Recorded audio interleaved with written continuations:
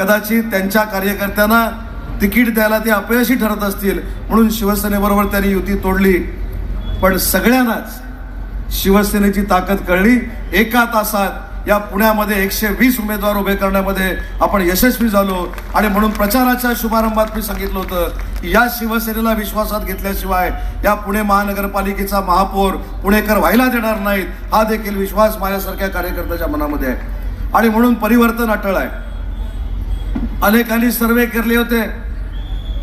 पहिले सर्वे करत असताना आम्हाला सांगत होते की तुम्ही 5 ते 8 मध्ये आहात आणि मोठे पक्ष हे 100च्या पुढे गेलेले आहेत. 2 नंबरचा पक्ष, पक्षाची नावं घेत नाही, पक्षाची नावं माझ्यापेक्षा तुम्हाला चांगली माहिती आहे. जो 1 नंबरचा पक्ष आहे तो 125 पर्यंत गेला असं सर्वेमध्ये सांगण्यात आलं. 2 नंबरचा जो पक्ष आहे तो काहीतरी 50 पर्यंत गेला असं सांगण्यात आलं. परंतु आज माहितीसाठी आपल्याला सांगतो की तुमच्या अथक प्रयत्नातनं 1 नंबरचा पक्ष हा 70 वर आलेला आहे आणि आपला पक्ष 30च्या पुढे गेलेला आहे. त्याच्यामुळे ही ताकद तुम्हाला अशीच 15 तारखेपर्यंत टिकवायची आहे.